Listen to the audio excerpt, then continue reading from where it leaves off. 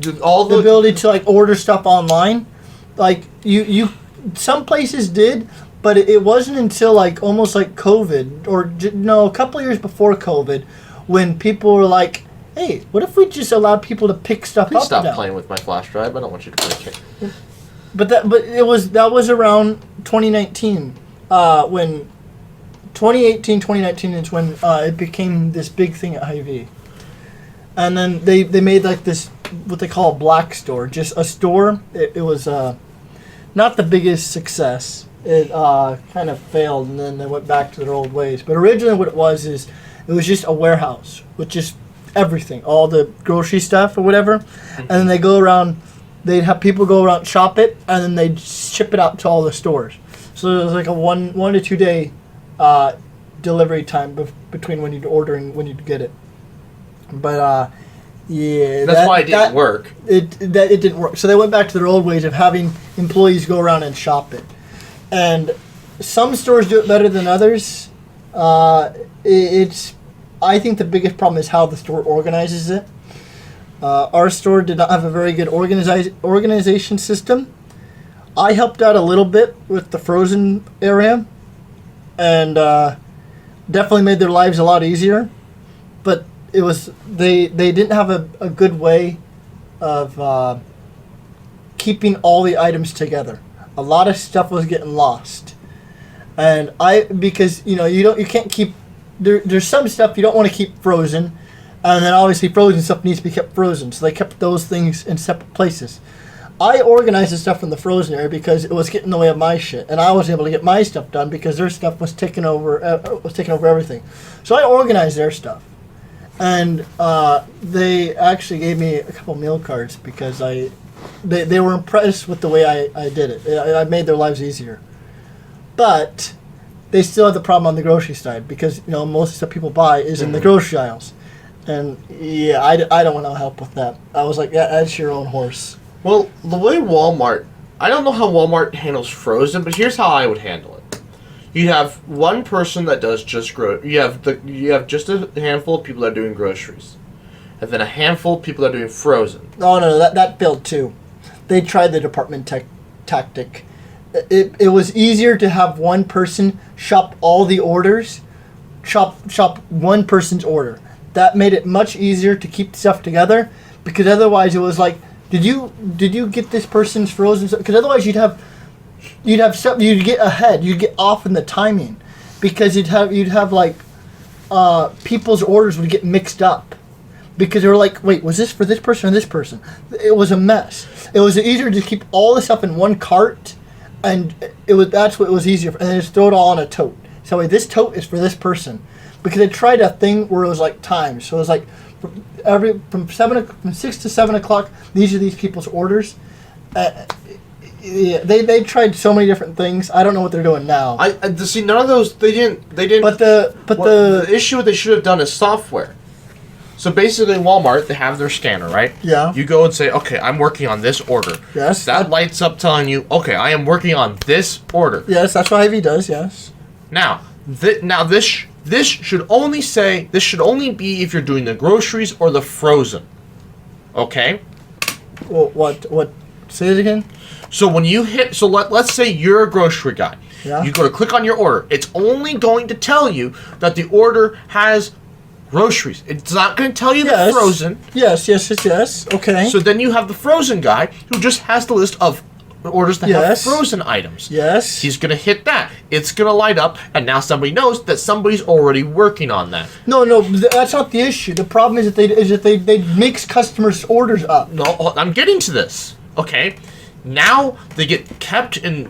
They'll have a separate freezer and a separate place, like separate shelves to hold this. Yes, now, that's what we did. When the next person needs to go to do it, their manual tells them that this has frozen and regular. So now they need to know that I need to get box 1 from groceries and then box 5 from frozen. Yes. This is this person's order. You can buy it in a tote and take it out to the customer. Oh, that still fails because you have too many. The thing is, the amount of orders that they do is too many to do it like that.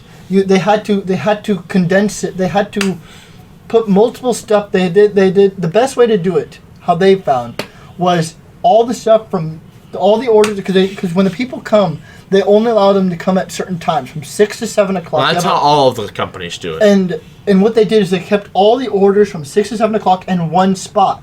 Otherwise, you have too many totes. You have too many things. And so if you had a limited space, that'd be the way to do it. But it doesn't work like that. I mean, I would still do it this way, but with still the times. And what was the other problem? People are idiots. That is another thing. Literally, because actually, I think I came up with that zone idea before they did it, and they tried it one day, and I don't remember what they did, but it failed horribly. And I think people didn't know what to do. I don't know how it failed, because it seemed like a good idea. Just have one person focus on just one area, and that's what it was. That's what it was. So it was a problem with help, because grocery, they needed most people on a grocery. Well, if you just had one person designated to, like, say, frozen, because one or two people can handle that, then now you're losing that extra help that you would have had they been shopping in order for grocery. Because now frozen's getting way ahead, or dairy's getting way ahead, and then it's like, well, we need them to go back and do dairy. So then they do dairy for a couple hours, and now frozen's getting behind. And it was just like this mess, because they didn't have enough help for every department to be sufficient. Well, they're still never going to have enough help for every department. That was the problem. They didn't have enough help to keep each department sufficient, so no one department was falling behind or getting too far ahead. Welcome to the 21st century. There's not going to be enough help, period. That was the problem. But yeah, then they also they also have a very limited amount of space in the back room. O Street's back room, I think I spent a little, is huge. They have space galore. But yeah, our store, we don't have a whole lot of. And the other problem with our store is that the back room is long but narrow, so there's not enough space width-wise. So if they're taking up like a wall, like this whole wall, and then now your walkway is shrinking. And so now you're waiting for people. Okay, you move over there. Now I can walk through. Yeah, they need to have a much wider back room, because lengthwise is pretty decent, But that's where O Street benefits, because they have a much wider back room, so you can put a pallet down and not be in someone's way in the back room. Right. The worst part is, it's inefficiently efficient. Yeah. Because it would make more sense to do it like a warehouse. Yeah. Or like Amazon does it. That way we don't have to worry about facing products. Yeah. You could just, all the Blue Bunny vanilla 1 gallon tubs go here. Yeah, why did that fail? All of the cereal goes here. Here's why it fails. Because now you need a whole separate section, a whole separate store just to do online orders. That doesn't work. Well, no, we did do that. We called it a black store. But they also took 2 days to get to the customer. You can't do that. People, when they buy their crap, they buy it, especially for online orders, they want it that day. Yeah. They don't want to wait 2 days to get their stuff, because that's... You order it 2 days. You order it 2 days ahead of time. So you do your shopping. People don't like to do that. Yeah, I know. What's annoying is, in Europe, people go to the store a lot. They go all the time. And for them, it would definitely not work. In America, it should work, because most people go once a week, get all their groceries, and then they don't typically go back to the store. That's why... Well, I usually have like a set list of just a default list of things I get, and then every once in a while I go back to the store a second time during the week, and I'll be like, oh, damn it, I need a taco shell. That happened to me like a couple weeks ago. I started making tacos, and then I get all done, have the hamburger all laid, the hamburger all browned and cooked, have all my veggies all chopped up, and then, oh, shit. I threw the hamburger on simmer on just a very low heat, covered up the veggies with a paper towel, went to the store, grabbed it, and so I was back home, within like 10 minutes. But yeah, occasionally there are times where I go to the store 2 times a week. Anyways, so in the U.S., people go once per week usually. So you would think that the Hy-Vee theme would work. The black store. No, because the people that go and do online orders are not the people doing one purchase per week. They're going like we do, or like how I do it, which is I try to do once per week, but usually ends up being multiple times per week. Yeah. And that's the type. Those are the type of people that use online. So when it takes 2 days for them to get their order, yeah, no, they're not going to do that. Yeah, no. Especially if the black store didn't have it in stock. Now it's going to be 2 days later before I find out, oh yeah, I didn't get that item. So that is one thing. I feel like there should always be a store. I don't want them to go. I don't want food to be completely online. If it's going to be completely online, I at least want to make sure that it's going to be in stock and I'm actually going to get it. That was and the other I'm going thing. to get the correct thing. Because Yes. Amazon, I always get the correct thing. It's not. And it's always, if it's not in stock, they tell me it's not in stock. I'm not going to buy it like, oh, sorry, we ran out. That's not how that, Amazon's so much better about that. Walmart, you buy it, but then because they're using the same inventories that Yes. people are pulling off the shelves, Yes. Menards runs into the same issue. We were doing this long before You anybody else realize, started doing this. we're out of something. Oh, It pisses people. It pissed customers off. because you order something and by the time they shop your order, it could be that afternoon. Well, that morning they might have had it like a day ago when you ordered it, they probably did have it. But then, they get a truck on an every other day basis. So then by the time they finally shop your order, it's like, oh yeah, we get our truck in tonight, we'll have it, but right now we're out. Well, Walmart doesn't even freaking know. You ask them, okay, when am I going to get this product? I don't know. Well, that is Maybe never. No, I'm like, what? No, I can attest to that. So the problem is because when the warehouse gets it. So we would have stuff. We had a designated truck day. Tuesday, Thursday, Friday. Menards got trucks every day. Yeah. Well, every department though. Yes. Okay. Anyways. Because we just get a truck that's just full of just shit. And now, some of them have predominantly hardware. Yeah. Some of them have predominantly bulk stuff. That's building materials. Yeah. And that depends if they're coming from Valley or if they're coming from Iowa.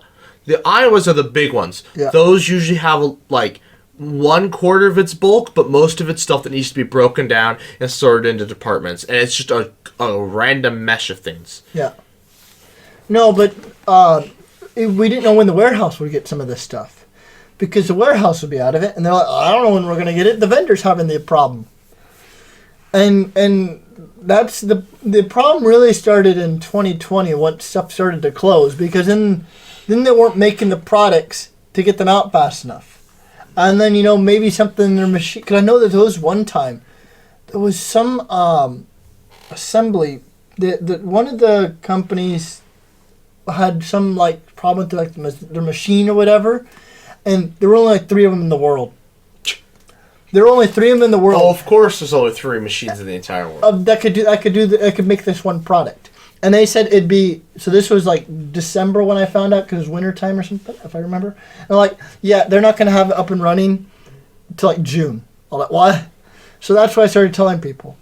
And, What freaking product was this? it was the egg rolls. Some egg rolls for China. Because, see, it was in China, I think was it where they're making? I forget. But there were only 3 of them. Why the hell were there only 3? I don't know why. I don't know. That's what my manager said. They said there's only 3 of them in the world, and one of them broke down. So now they have 2 machines trying to produce enough for the entire U.S. Yeah, that's not going to work. So they designated only specific cities would get them. And so Lincoln was out of the question because there's not enough people that live here. Right. Yeah, there's the another issue. It's, oh my god. So, when everything is up and running and things are not delayed, the world runs pretty damn smooth. But they do it this way because it's the bare minimum. Yeah. Maybe there's a tiny bit of extra overhead, if there's a little bit of an increase in demand, but, the company is going to continue to run that machine until it can no longer, it's consistently getting more orders than it can handle. And then they're like, I guess we'll build another machine. Well, then it takes a freaking year for them to do that. And there's not even a guarantee that they want to open up another machine. Yeah. They might just be willing to say, we'll just increase prices. Yeah. That's what's happening a lot of times. It's just like, that's what's happening with oil. It's just like, we don't really want to, pump out more oil. No. Most of it's because they just want to screw the U.S. over. But they're just like, we don't really want to pump more oil, so... The big issue was they can pump it. They just wouldn't refine it. That's what was happening in Saudi Arabia. It was their refineries. They're just like, we don't really want to refine more oil, so you can just piss off. Sure. Like, no, we don't want to refine more than we already do, so... Yeah. Figure it out. It's Figure it out. Seriously? It's just it's a cluster. Although, I think the U.S. doesn't... I think most refining of oil gets done on U.S. soil. Oh, yeah? If we buy... Because, it wouldn't make sense. Because you're buying a bulk... So, there's... In supply chains... I learned this in one of my marketing classes. In economies of scale. There's bulking up and bulking down. So, raw materials being turned into car parts. Yeah. That's bulking down. You can ship the raw materials a long distance. In that case, you can ship the raw materials a long distance. But then, do you build the car there too? Or do you ship the pieces? You ship the pieces. And then the cars get assembled closer to the end goal. Okay. Cars are a little more difficult because, it can't... you don't want to have a billion different car factories. They also don't stack well. It's easier to stack parts than a car. Yeah, so it's all about, bulking up, bulking down. Well, in oil refinement, you're bulking down. You're going from one product to potentially hundreds of products. Plastics, natural gas, diesel, gasoline, kerosene. All of that can be extracted from one barrel of crude oil. Because it's all about the length of molecules. Yeah. And so, it's like, you ship the oil, refine it, and then so you ship the bulk oil. At least, that's for export. I mean, obviously, Saudi Arabia has their own refineries. Yeah. But... well, we should probably wrap this up. I suppose. Well, anyways, I would like to thank you all for watching. Please like, comment, share, and subscribe. New podcasts every Friday, 12 p.m. Central Time. And good night.